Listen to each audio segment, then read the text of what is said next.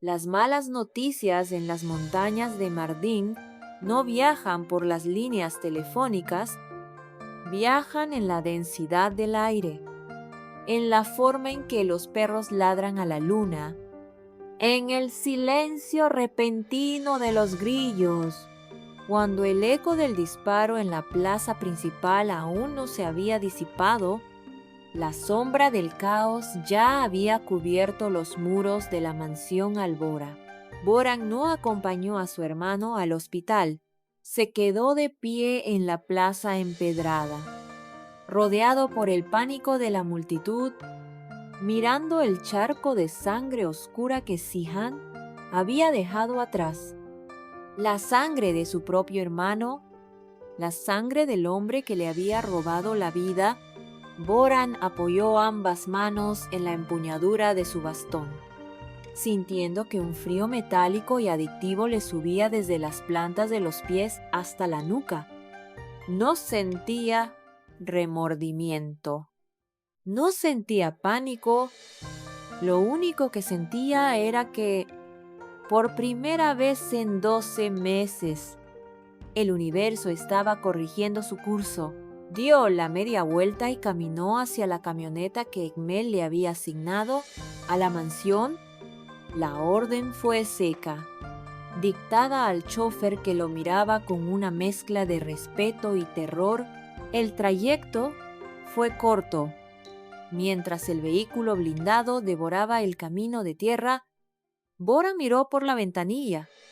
Sabía que Kadir, Muzafer y todos los hombres leales a Sihan estarían atrincherados en los pasillos del hospital de Midyat, rezando para que la cirujana a la que consideraban su reina hiciera un milagro.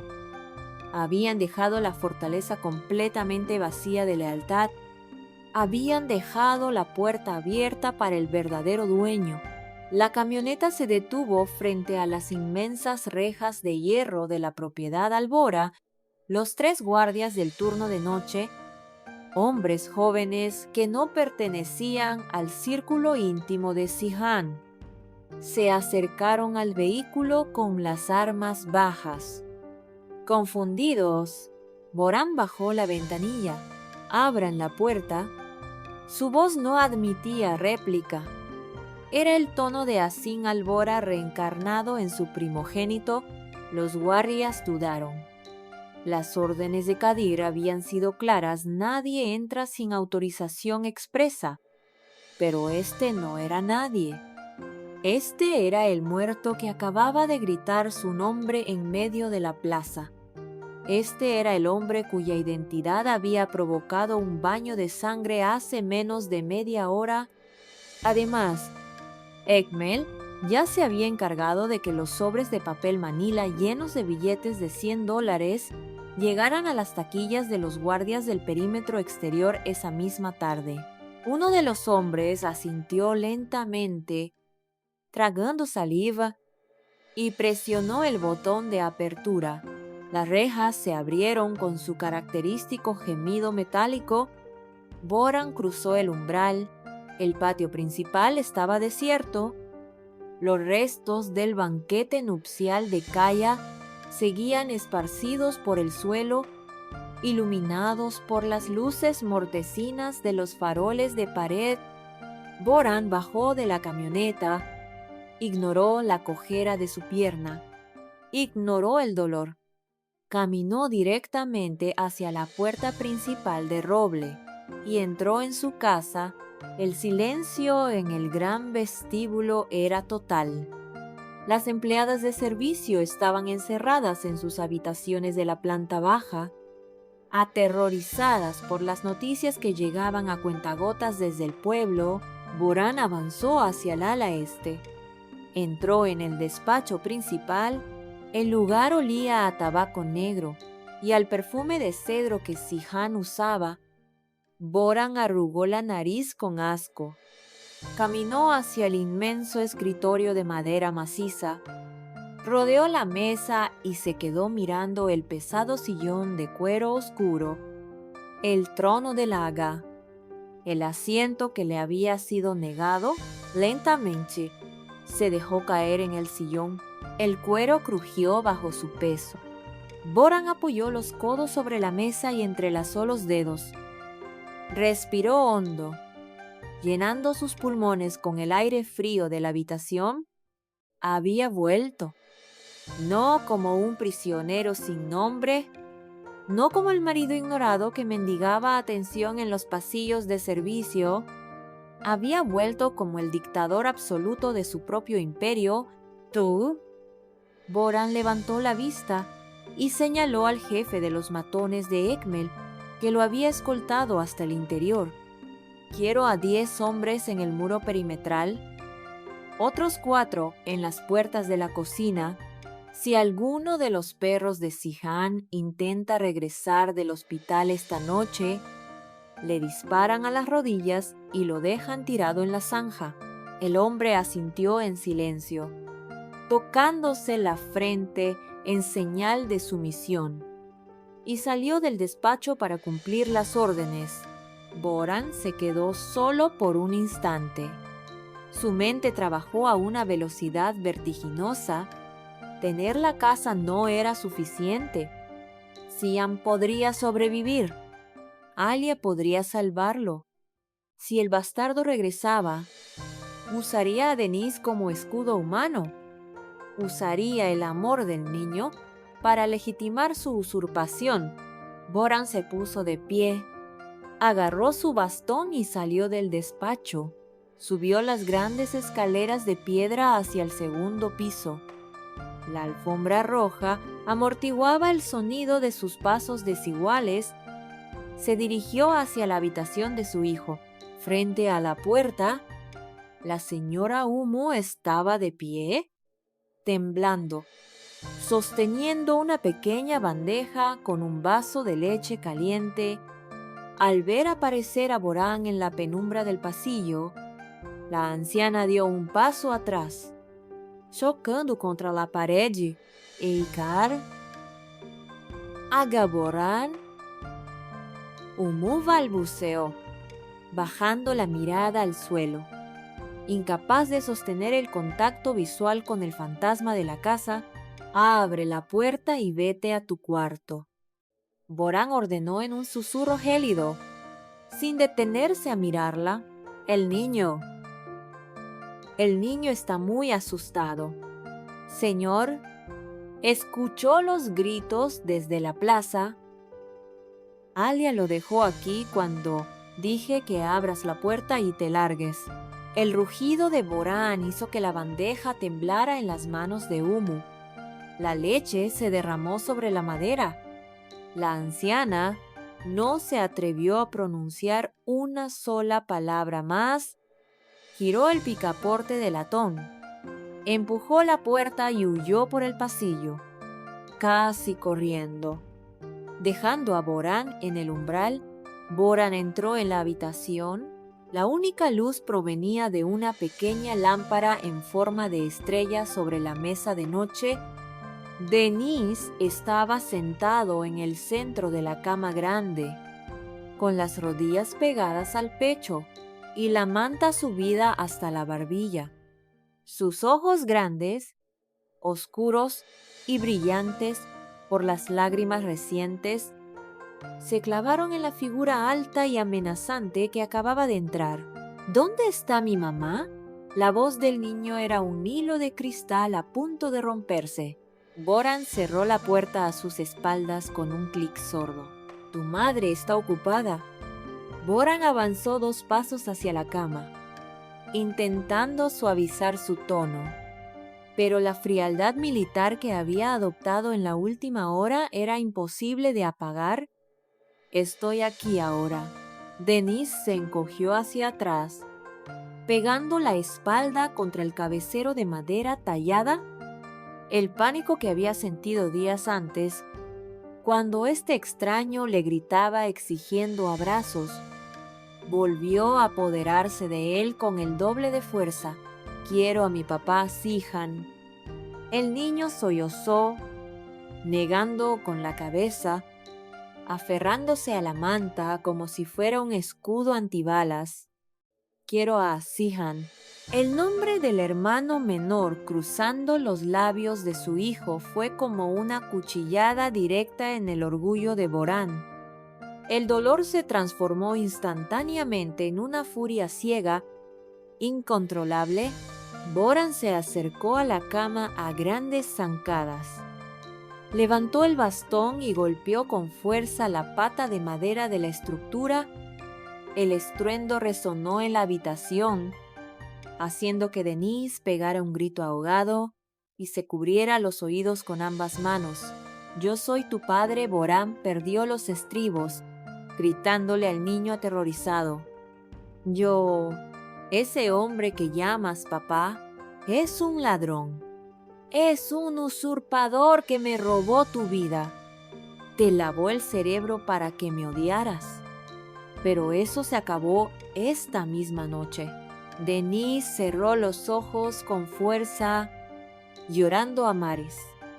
Un llanto desconsolado y mudo que encogía el corazón de cualquiera que tuviera sangre en las venas. Pero Borán ya no veía a un niño de 5 años asustado, veía la extensión de la traición de Alia y Zihan. Tu tío no va a volver a esta casa. Borán siseó, inclinándose sobre la cama, proyectando su sombra enorme sobre la pequeña figura de Denise. Te vas a acostumbrar a verme todos los días. Te vas a acostumbrar a llevar mi nombre con respeto. Y si vuelvo a escuchar que pronuncias el nombre de Zihan bajo mi techo, te juro que te enviaré lejos, a un lugar donde ni siquiera tu madre podrá encontrarte. Denise no respondió. Estaba paralizado por el terror, sollozando en silencio. Borán se enderezó.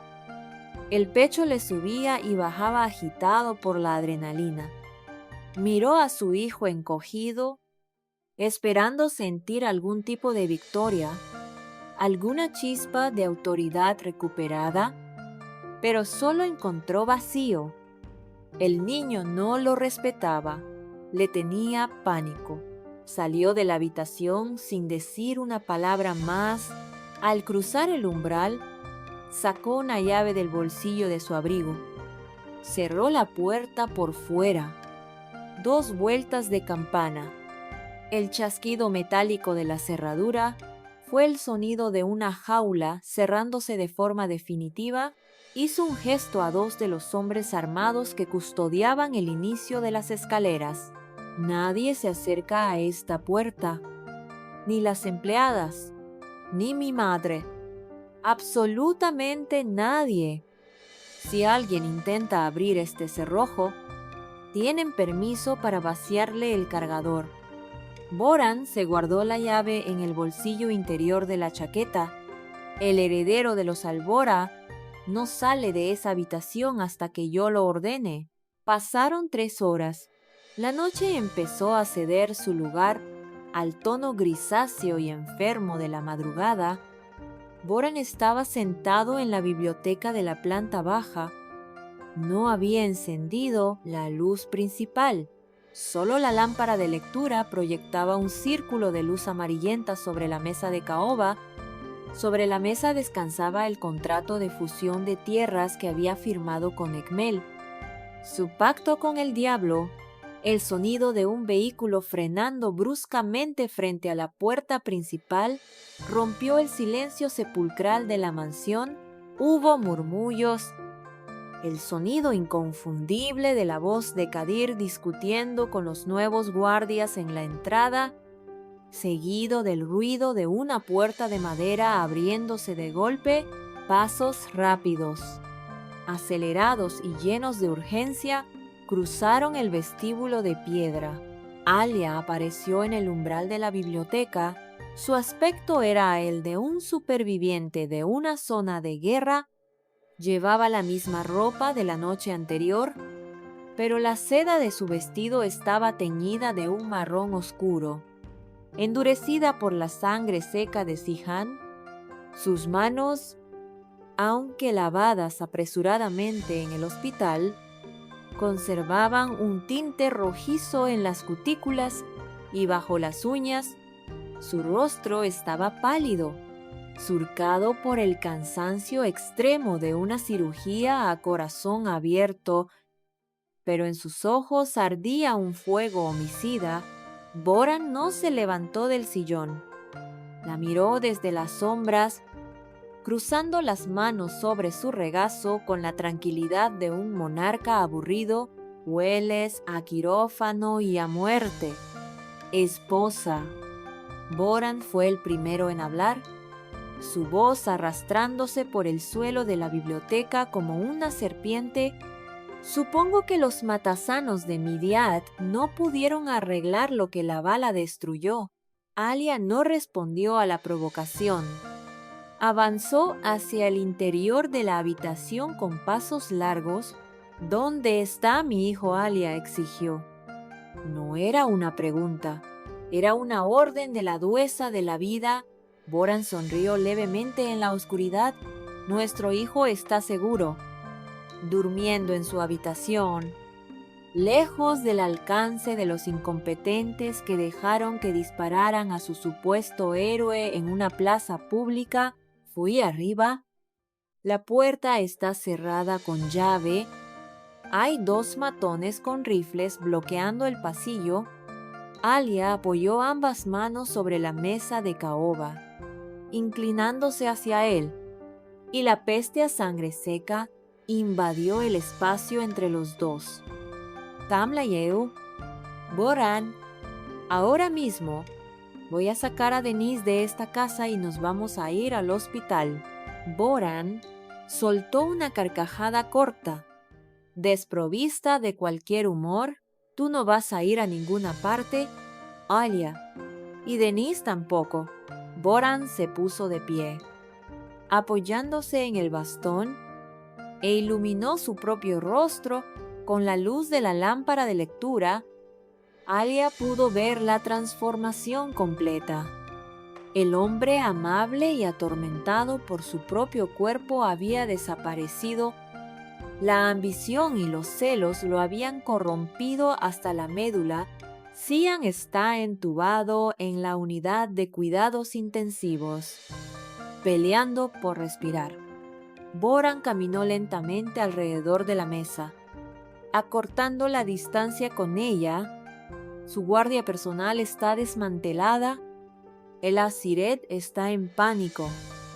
Yo he retomado el control de las cuentas bancarias de la familia, las puertas de esta mansión y cada pedazo de tierra que rodea este pueblo. El reinado del usurpador se terminó anoche cuando esa bala le perforó el hígado. Alia lo miró con un desprecio tan profundo que le asqueaba estar respirando el mismo aire. ¿Esa bala la pagaste tú? Alia lo acusó directamente, sin titubear. Ekmel no necesitaba matar a Sihan en medio de una multitud. Ya le había ganado en la corte de los ancianos. ¿Fuiste tú? ¿No pudiste soportar que el juez no nos divorciara? ¿No pudiste soportar verme en sus brazos?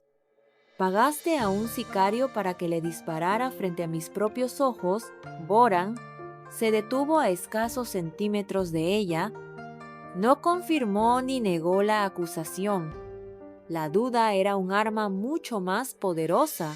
Lo que haya pasado en esa plaza es el karma divino cobrándose la traición. Boran susurró, inclinándose hacia su rostro, obligándola a percibir el olor a licor barato que acababa de beber. Lo que importa es el ahora. Estás en mi casa. Denise es legalmente mi hijo. ¿Y tú eres legalmente mi esposa? El juez lo dejó muy claro. Alia apretó los puños. Si hubiera tenido un bisturí en las manos, se lo habría clavado en la arteria carótida sin dudarlo un segundo. Prefiero estar muerta antes de volver a mirarte a la cara. Abre esa puerta. Me voy a llevar a mi hijo por las buenas. Uchiyuru. que quemaré esta casa contigo dentro. Inténtalo. Borán la desafió, sacando la llave de su bolsillo y haciéndola tintinear frente a sus ojos antes de volver a guardarla. Intenta dar un paso hacia esa puerta. Mis hombres tienen órdenes de dispararle a cualquier persona que no sea yo. Alia sintió que el suelo de madera desaparecía bajo sus pies. La comprensión de la trampa en la que acababa de caer se materializó de golpe. Había salvado la vida de Sihan en un milagro de precisión médica, pero había dejado su flanco ciego completamente desprotegido. Boran había aprovechado su ausencia para secuestrar a Denise en su propia habitación, usando el dinero y los hombres de Ekmel para sellar la fortaleza. Estaba prisionera en una jaula de oro y piedra, con su hijo como rehén en el piso de arriba. ¿Qué quieres?, Alia susurró. Rindiéndose a la evidencia de la fuerza bruta, las lágrimas de pura impotencia le quemaron los bordes de los ojos, pero se negó a dejarlas caer. Boran saboreó el momento. La sumisión de la mujer indomable era el trofeo final de su coronación macabra. ¿Quiero mi vida de vuelta? Boran dictó los términos de su dictadura con una frialdad matemática. ¿Vas a subir a tu antigua habitación? La nuestra. Te vas a duchar. Te vas a quitar esa ropa asquerosa manchada con la sangre de mi enemigo. Te vas a poner un vestido limpio y presentable. Boran extendió la mano libre y le tocó la mejilla. Alia cerró los ojos con fuerza, soportando el roce con un asco físico inmenso, como si una serpiente le estuviera rozando la piel. Al mediodía, ¿bajarás al comedor? Boran continuó, acercando sus labios a la oreja de ella. Almorzarás conmigo. Sonreirás frente a los empleados. Te comportarás como la esposa dedicada y leal que nunca debiste dejar de ser. Si lo haces bien, si veo que eres una mujer obediente y que has olvidado el nombre del bastardo que se está pudriendo en el hospital, te permitiré abrir la puerta y ver a Denise durante 1 hora por las tardes. Alia abrió los ojos. La crueldad del ultimátum era digna de un psicópata. Usar el amor materno como un collar de castigo. Eres un monstruo. Alia le susurró, con la voz rota por el terror y el odio. El hombre con el que me casé en Canadá murió en ese accidente. Lo que despertó de esa cama es el diablo. Boran sonrió. Una sonrisa ladeada, fría, completamente vacía de cualquier remanente de humanidad. ¿El diablo gobierna Mardin ahora? Alia, acostúmbrate al Tzalor. Boran se apartó de ella y señaló hacia la puerta de la biblioteca con la punta del bastón. Empieza a caminar. El baño te está esperando. Tu nueva vida acaba de empezar. Alia se quedó de piedra por un segundo. Miró la llave en el bolsillo de Boran. Miró el bastón. Calculó las posibilidades de atacarlo, pero sabía que los hombres armados del pasillo la acribillarían antes de que pudiera llegar al segundo piso. Su vida no importaba, pero si ella moría, Denise quedaría completamente a merced de este tirano desquiciado. Tenía que tragar sangre. Tenía que sobrevivir para pelear desde adentro, lentamente, con los hombros caídos y el peso de una montaña invisible sobre su espalda.